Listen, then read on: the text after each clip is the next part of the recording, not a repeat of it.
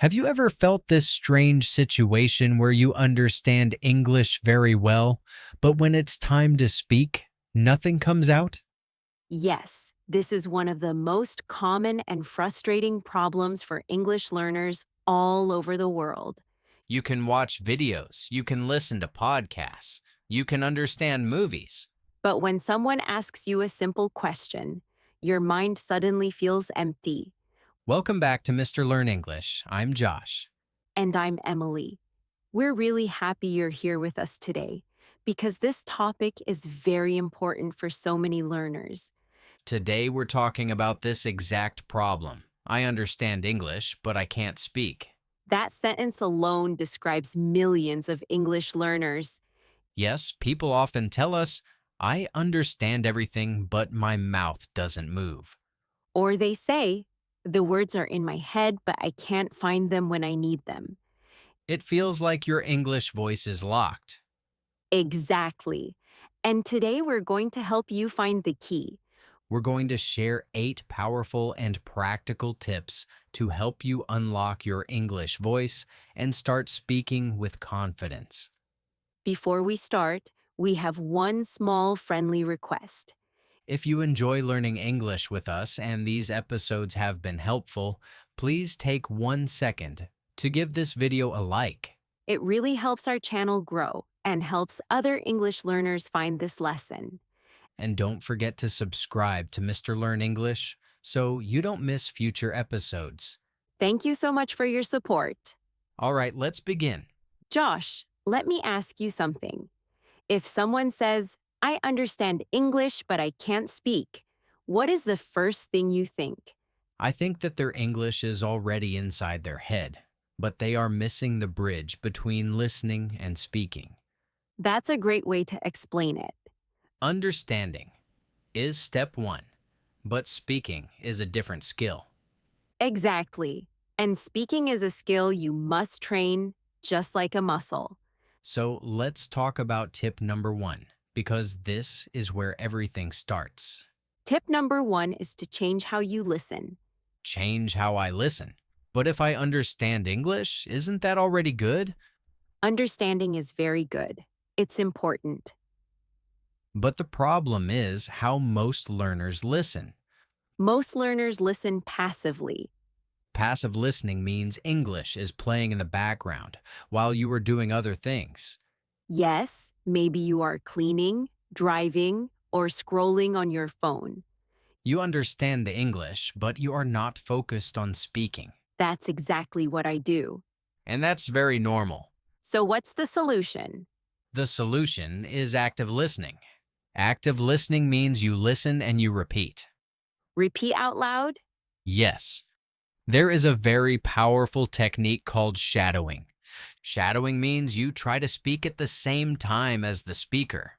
Like being the speaker's shadow. Exactly. You follow their voice, their speed, and their rhythm. That sounds difficult. It can be at first, so you start small. You listen to one sentence, pause the audio, and repeat the sentence out loud. So listen, pause, repeat. Yes. And when you feel more confident, you try to speak with the audio. It doesn't have to be perfect.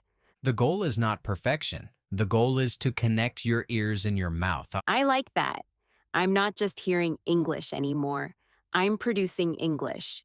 Exactly. You are training the music of the language. The sounds, the rhythm, the flow. That's a powerful first step. So tip number 1 is active listening and shadowing. Next, we'll talk about how to create your English mode and how talking to yourself can completely change your speaking confidence. So we've talked about active listening and shadowing, and now let's move to tip number 2, because this one changes how you feel about speaking English. Yes, tip number 2 is about creating what we like to call English mode. English mode? What does that mean? English mode means choosing a short time every day when you only use English, Only English, even if you're alone. especially if you're alone. Many learners wait for a partner to practice speaking, but that can slow you down. Yes, because you might not always have someone to talk to. So instead, you create your own English environment. For example, you can say, for the next 10 minutes, I am in English mode. During that time, you think in English, speak in English, and don't translate. That sounds scary for some learners. It can feel strange at first, but it's very powerful. You can start by talking about simple things. You can say, I am making coffee, or I am sitting at my desk, or I am tired today. You're describing your life in real time. Exactly. This connects English to your daily life, not just textbooks. And the best part is, you don't need perfect sentences, you just need to speak. That brings us to tip number 3, which is one of the biggest mindset changes learners need. Tip number 3 is stop waiting to be perfect. Yes, many learners don't speak because they are afraid of making mistakes. They think, if my grammar is not perfect, I should not speak. But that's not how language works Native speakers make mistakes too. all the time. Speaking is about communication, not perfection. Exactly. If people understand you, you are speaking successfully. So instead of asking, is this sentence perfect? Ask, can people understand me? That small change removes a lot of fear. I remember when I was learning another language, I waited too long to speak. Same here. And once I finally spoke, I realized people didn't care about my mistakes. They cared about my message. That's a huge lesson for learners. Mistakes are not failures, They are signs that you are practicing. and that leads perfectly into tip number 4. Tip number 4 is use short sentences on purpose.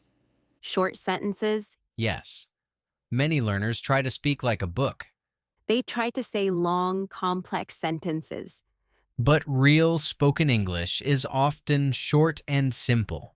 For example, instead of saying, I would like to express my opinion about this topic, You can say, I think this is good. much easier, much more natural. Exactly. Short sentences help your brain move faster. They also help your confidence grow. You can build longer sentences later. So you might start with, I like it. Then later say, I really like it because it's useful. Step by step. This is how native speakers talk naturally. They don't plan long sentences in their head. They speak one idea at a time. That's such an important point. Speaking English is not about showing how much grammar you know. It's about sharing ideas clearly. Next, we'll talk about how to practice speaking without a partner, how to train your brain to respond faster, and how to stop freezing when someone talks to you in English. So far, we've talked about active listening, English mode, letting go of perfection, and using short sentences. Now, let's move to tip number 5, because this one explains why many learners freeze in conversations. Tip number 5 is train responses, not grammar. What does that mean exactly? Many learners spend years studying grammar rules, but when someone speaks to them, they don't know how to reply quickly. Yes, because grammar knowledge lives in your head, but responses live in your mouth. That's a great way to say it. So instead of memorizing rules, you practice ready-made responses. For example, if someone asks, How was your day? You don't stop and think about grammar. You just answer, It was good, or It was busy, or It was okay. These are natural responses. Exactly. You can prepare answers to common questions. What do you do? Where are you from? How's work? When you practice these answers, your brain reacts faster. This makes real conversations much easier. That leads us to tip number 6, which is very important for confidence. Tip number 6 is speak before you feel ready. This sounds uncomfortable for many learners, Yes, because people want to feel confident first. but confidence actually comes after speaking, not before. You don't wait for confidence. You speak, and confidence follows. Every time you speak, even a little, your fear gets smaller. That's so true. Even saying one sentence is progress. Yes, you don't need long conversations. You can start by saying hello, answering one question, or sharing one thought. Each small success trains your brain to feel safe speaking English. Now let's talk about tip number 7, which helps your English sound more natural. 7 tip is copy real English, not textbook English. Textbook English is useful, but real conversations sound different. Yes, real English is shorter, softer, and more flexible. That's why listening to podcasts, videos, and real conversations is so important. You hear how people actually speak. For example, textbooks might teach, I do not understand. But in real English, people often say, I don't get it. That's a great example. When you copy real English, your speaking becomes more natural. You don't need to invent sentences. You borrow patterns that already work. And that makes speaking much easier. Let's pause and help learners practice something simple. Think of one English phrase you hear often. Now, try to say it out loud. That's it. That's real practice.